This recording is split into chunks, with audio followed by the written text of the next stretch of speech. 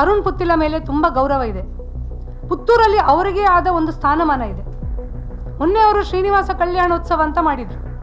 ದೇವರಿಗೆ ಮದುವೆ ಮಾಡಿಸುವ ಅಗತ್ಯ ಅವರಿಗಿಲ್ಲ. ದೇವರು ಆಲ್ರೆಡಿ ಮದುವೆ ಆಗಿದ್ದಾರೆ. ದೇವರನ್ನು ಮದುವೆ ಮಾಡುವ ತಾಕತ್ತು ಯಾರಿಗೂ ಇಲ್ಲ ಈ ಜಗತ್ತಲ್ಲಿ, ಭೂಮಿಯಲ್ಲಿ. ಈ ಹುಡುಗಿಗೆ ಮದುವೆ ಮಾಡಿಸುವ ತಾಕತ್ತು ಅವ್ರಿಗಿರ್ಬೇಕು. ಶ್ರೀನಿವಾಸ ಕಲ್ಯಾಣ ಮಹೋತ್ಸವ ನೀವು ಮಾಡುವ ಅಗತ್ಯವೇ ಇಲ್ಲ. ನಿಮ್ಮ ಊರಲ್ಲಿ ಒಂದು ಹುಡುಗಿಗೆ ಅನ್ಯಾಯ ಆಗಿದೆ, ಅದು ಒಂದು ಹಿಂದೂ ಹೆಣ್ಣು ಮಗಳಿಗೆ. ಅವಳಿಗೆ ನ್ಯಾಯ ಕೊಡಿಸಿ ನೀವು. ಈಗ ಒಂದು ಮದುವೆ ಆಗುದಿಲ್ಲ ಅಂತ ಆದ್ಮೇಲೆ ಕೋರ್ಟ್ ಡಿಸೈಡ್ ಮಾಡ್ತದೆ. ಕೋರ್ಟ್ ಅವನ ಹತ್ರ ಕೇಳ್ತದೆ, ನೀನು ಮದುವೆ ಆಗ್ತೀಯಾ ಜೈಲಿಗೆ ಹೋಗ್ತೀಯಾ ಅಂತ. ಆಗ ಅವನು ಡಿಸೈಡ್ ಮಾಡಬೇಕು. ಬಡವರಿಗೆ ದುಡ್ಡು ಕೊಟ್ಟ ಕೂಡಲೇ ಎಲ್ಲ ಆಗ್ತದೆ. ಇದು ಬಿಹಾರ ಅಲ್ಲ, ಇದು ದಕ್ಷಿಣ ಕನ್ನಡ ಜಿಲ್ಲೆ. ಎಲ್ಲ ಅದು ಪ್ರೊಸೀಜರ್ ಇದೆ. ಈಗ ಅವನು ಬೇಲ್ ಮೇಲೆ ಬಂದಿದ್ದು, is come on bail. So bail rejection ಮಾಡಲಿಕ್ಕೆ ತುಂಬ ಅವಕಾಶಗಳಿದೆ. ಅದಕ್ಕೆ ಪೂರಕವಾದ ಡಾಕ್ಯುಮೆಂಟ್ಸ್ ನಾವು ಅಲ್ಲಿ ಸಬ್ಮಿಟ್ ಮಾಡಿದರೆ ಆಟೋಮ್ಯಾಟಿಕ್ ಆಗಿ ಅವನ ಬೇಲ್ ರಿಜೆಕ್ಟ್ ಆಗ್ತದೆ. ಇಲ್ಲಿವರೆಗೆ ನಾವು ಯಾಕೆ ಇಮಿಡಿಯೇಟ್ ಆಗಿ ಆಗ್ತಾ ಇತ್ತು, ಬಟ್ ಇಲ್ಲಿವರೆಗೆ ನಾವು ಯಾಕೆ ಸುಮ್ಮನೆ ಇದ್ದಿದ್ದಂದರೆ ಒಂದೊಂದು ಸಲ ಈ ನೀಡ್ಸ್ ಟೈಮ್. ಅವ್ನು ಜೈಲಿಂದ ಬಂದಿದ್ದಾನೆ, ಅವನಿಗೂ ಸ್ವಲ್ಪ ಅರ್ಥ ಮಾಡಲಿಕ್ಕೆ ಸ್ವಲ್ಪ ಟೈಮ್ ಬೇಕು. ಬಟ್ ನನಗೆ ತಿಳಿದಾಗೆ ಇದೆಲ್ಲ ಆಗಲಿಕ್ಕೆ ಮೂಲ ಕಾರಣ ಅವನ ಅಮ್ಮನಿಗೆ ಇಷ್ಟ ಇಲ್ಲ ಅಂತೆ ಮದುವೆ ಆಗೋದು. ಅವನ ತಂದೆ ಅವನು ಯಾರು ಓಕೆ, ಬಟ್ ಅಮ್ಮ ಮೇಜರ್ಲಿ. ಈಗ ಇಷ್ಟೆಲ್ಲ ನಾವು ಮಾತಾಡ್ತೇವೆ, ಒಂದು ದಿನ ಪ್ರತಿಕ್ರಿಯೆ ಕೊಟ್ಟಿದ್ದಾನ. ಇನ್ನೊಂದು ವಿಚಾರ ನಾನಿಲ್ಲಿ ಹೇಳಲಿಕ್ಕೆ ಇಚ್ಛಿಸ್ತೇನೆ. ನನಗೆ ಅರುಣ್ ಪುತ್ತಿಲ ಮೇಲೆ ತುಂಬ ಗೌರವ ಇದೆ. ಪುತ್ತೂರಲ್ಲಿ ಅವರಿಗೆ ಆದ ಒಂದು ಸ್ಥಾನಮಾನ ಇದೆ. ಮೊನ್ನೆ ಅವರು ಶ್ರೀನಿವಾಸ ಕಲ್ಯಾಣೋತ್ಸವ ಅಂತ ಮಾಡಿದರು. ದೇವರಿಗೆ ಮದುವೆ ಮಾಡಿಸುವ ಅಗತ್ಯ ಅವರಿಗಿಲ್ಲ. ದೇವರು ಆಲ್ರೆಡಿ ಮದುವೆ ಆಗಿದ್ದಾರೆ. ದೇವರನ್ನು ಮದುವೆ ಮಾಡುವ ತಾಕತ್ತು ಯಾರಿಗೂ ಇಲ್ಲ ಈ ಜಗತ್ತಲ್ಲಿ, ಭೂಮಿಯಲ್ಲಿ. ಈ ಹುಡುಗಿಗೆ ಮದುವೆ ಮಾಡಿಸುವ ತಾಕತ್ತು ಅವ್ರಿಗಿರ್ಬೇಕು. ಇವಳು ದೇವರಿಗಿಂತ ಮೇಲಲ್ಲ. ಅವರು ಮನಸ್ಸು ಮಾಡಿದರೆ ಪುತ್ತೂರಲ್ಲಿ ಅವನನ್ನು ಮದುವೆ ಮಾಡಿಸೋದು ಒಂದು ದೊಡ್ಡ ಸಂಗತಿ ಅಲ್ಲ. ಮತ್ತೆ ಸಂಸಾರ ಸರಿ ಹೋಗೋದಿಲ್ವಾ, ತೊಂದರೆ ಇಲ್ಲ. ಈ ಮೂಲಕ ನಾನು ಅವರಿಗೂ ರಿಕ್ವೆಸ್ಟ್ ಮಾಡ್ತಾ ಇದ್ದೇನೆ, ಶ್ರೀನಿವಾಸ ಕಲ್ಯಾಣ ಮಹೋತ್ಸವ ನೀವು ಮಾಡುವ ಅಗತ್ಯವೇ ಇಲ್ಲ. ನಿಮ್ಮ ಊರಲ್ಲಿ ಒಂದು ಹುಡುಗಿಗೆ ಅನ್ಯಾಯ ಆಗಿದೆ, ಅದು ಒಂದು ಹಿಂದೂ ಹೆಣ್ಣು ಮಗಳಿಗೆ. ಅವಳಿಗೆ ನ್ಯಾಯ ಕೊಡಿಸಿ ನೀವು. ಅವನ ಬೇಲ್ 100% ಕ್ಯಾನ್ಸಲ್ ಆಗ್ತದೆ. ಅವನು ಮತ್ತೆ ಒಳಗೆ ಹೋಗ್ತಾನೆ. ನೋಡಿ ಅಣ್ಣ, ನಾವು ಈಗ ಅವ್ರ ಹತ್ರ ಇಷ್ಟು ಟೈಮ್ ವೆಯ್ಟ್ ಮಾಡಿದ್ವಿ.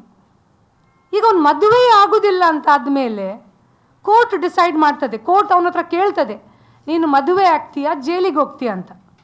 ಆಗ ಅವನು ಡಿಸೈಡ್ ಮಾಡಬೇಕು, ಅವ್ನು ಜೈಲಿಗೆ ಹೋಗ್ತಾನ ಕೋರ್ಟಿಗೆ ಹೋಗ್ತಾನ. ಅಪ್ಪ ಹೇಳ್ತಾರಂತೆ ಅವ್ನು ಜೈಲಿಗೆ ಹೋಗ್ಲಿಕ್ಕೂ ರೆಡಿ ಇದ್ದಾನೆ, ಮದುವೆ ಆಗಲಿಕ್ಕೆ ರೆಡಿ ಇಲ್ಲ ಅಂತ. ಹಾಗಾದರೆ ಅವನು ಈ ಹೆಣ್ಣು ಮಗಳನ್ನು ಇಷ್ಟು ಮುಂದುವರಿಸಲಿಕ್ಕೆ ಅವನಿಗೆ ಅಗತ್ಯ ಏನಿತ್ತು? ಮತ್ತು ಪ್ರತಿಯೊಂದು ಮಾತನ್ನು ದುಡ್ಡಲ್ಲಿ ಅವ್ರು ತುಲನೆ ಮಾಡ್ತಾ ಇದ್ದಾರೆ. ಅಂದರೆ ದುಡ್ಡು, ಬಡವರಿಗೆ ದುಡ್ಡು ಕೊಟ್ಟ ಕೂಡಲೇ ಎಲ್ಲ ಆಗ್ತದೆ. ಇದು ಬಿಹಾರ ಅಲ್ಲ, ಇದು ದಕ್ಷಿಣ ಕನ್ನಡ ಜಿಲ್ಲೆ. ಬಿಹಾರದಲ್ಲಿ ಸಾಹುಕಾರರು ಹೀಗೆ ಕೆಲಸದವ್ರು ಬಂದವರನ್ನೆಲ್ಲ ಹೊಟ್ಟೆ ಮಾಡಿ ಅವ್ರಿಗೇನೆಲ್ಲ ಮಾಡ್ತಾರೆ, ಹೊಡೆದು ಸಾಯಿಸ್ತಾರೆ. ಇದು ದಕ್ಷಿಣ ಕನ್ನಡ ಜಿಲ್ಲೆ, ಇಲ್ಲಿ ಅಷ್ಟು ಸುಲಭ ಇಲ್ಲ. ಜನ ಎಲ್ಲ ಬುದ್ಧಿವಂತರಿದ್ದಾರೆ. ಈಗ ನಾವು ಹೋರಾಟಕ್ಕೆ ಇಳಿಲಿಲ್ಲ, ಅದಕ್ಕೆ ಜನ ಬೀದಿಗೆ ಬರಲಿಲ್ಲ.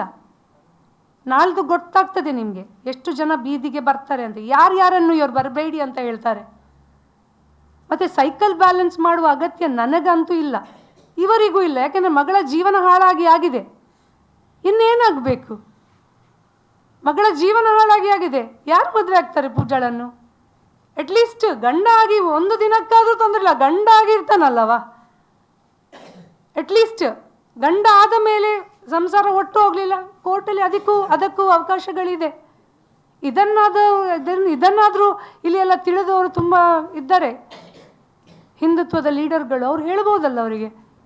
ಸದ್ಯಕ್ಕೆ ಸಮಾಜ ನೋಡ್ತಾ ಇದೆ, ಇದೊಂದು ಎಕ್ಸಾಂಪಲ್. ಹಾಗಾದರೆ ದುಡ್ಡಿದ್ದ ಮಕ್ಕಳಿಗೆ ಯಾರು ಸಹ ಯಾರನ್ನು ಕರ್ಕೊಂಡು ಹೋಗಿ ಗರ್ಭಿಣಿ ಮಾಡಿ ಒಂದು ಮಗು ಕೈಯಲ್ಲಿ ಕೊಟ್ಟು 10,000, 8 ಲಕ್ಷ, 50 ಲಕ್ಷ ಕೊಟ್ಟರೆ ಮ್ಯಾಟರ್ ಸಾಲ್ವ್. ಹಾಗೆ ತುಂಬ ದುಡ್ಡಿದ್ದವರು ಇದ್ದಾರೆ, ಕೋಟಿಯಲ್ಲಿ ಇದ್ದಾರೆ. 10 ಹುಡುಗಿಯರನ್ನು ಹೀಗೆ ತಂದು ಮಾಡಿದರೆ ಆಗ್ತದಾ? ಮತ್ತೆ ಹೇಳ್ತಾರೆ ಮುಸಲ್ಮಾನರ ಹೆಲ್ಪ್ ತಗೊಳ್ಬೇಡಿ ನೀವು ಅವರನ್ನು ಯಾಕೆ ಕರೆದದ್ದು? ಮುಸಲ್ಮಾನರು ಈ ಪ್ರತಿಭಟನೆಗೆ ಬಂದದಕ್ಕೆ, ನೀವು ಅವರೊಟ್ಟಿಗೆ ಪ್ರತಿಭಟನೆಗೆ ಕೂತ್ಕೊಂಡಕ್ಕೆ ನಾವು ಹಿಂದೂ ಸಮಾಜದ ಏನು ಹೇಳ್ತಾರೆ ಸಮಾಜದವರು ನಿಮ್ಮೊಟ್ಟಿಗೆ ಬರುವುದಿಲ್ಲ ಅಂತ. ಇವರಿಗೆ ನಾಚಿಕೆ ಆಗಬೇಕು. ಇವರು ಬರಲಿಲ್ಲ ಅಂತ ಹೇಳಿ ಇವರು ಮುಸಲ್ಮಾನರ ಹತ್ರ ಹೋಗಿದ್ದಲ್ಲ. ನಾನು ಈ ಮೂಲಕ ಮುಸಲ್ಮಾನರಲ್ಲಿ ಮತ್ತೆ ರಿಕ್ವೆಸ್ಟ್ ಮಾಡ್ತಾ ಇದ್ದೇನೆ, ಪ್ಲೀಸ್ ಬನ್ನಿ, ನಮಗೆ ಹೆಲ್ಪ್ ಮಾಡಿ. ನಮ್ಮ ಸಮಾಜದಲ್ಲಿ ಯಾರು ನಮಗೆ ಹೆಲ್ಪ್ ಮಾಡುವವರು ಇಲ್ಲ, ಯಾರು ಇದರ ಬಗ್ಗೆ ಮಾತಾಡಿದವರು ಇಲ್ಲ. ಇವತ್ತು ನಾನು ಹೇಳ್ತಾ ಇದ್ದೇನೆ, ಮಾತಾಡಿದವರು ಇಲ್ಲ, ಯಾರು ಇಲ್ಲ ಅಂತ. ಯಾರು ಇದ್ದೀರಿ ಬಂದು ಪ್ರೆಸ್ ಮಾಡಿ, ನಾವಿದ್ದೇವೆ, ನಾವಿದು ಹೆಲ್ಪ್ ಮಾಡಿದ್ದೇವೆ, ನಾವು ಈ ರೀತಿ ಸಹಾಯ ಮಾಡಿದ್ದೇವೆ ಅಂತ ಹೇಳಿ.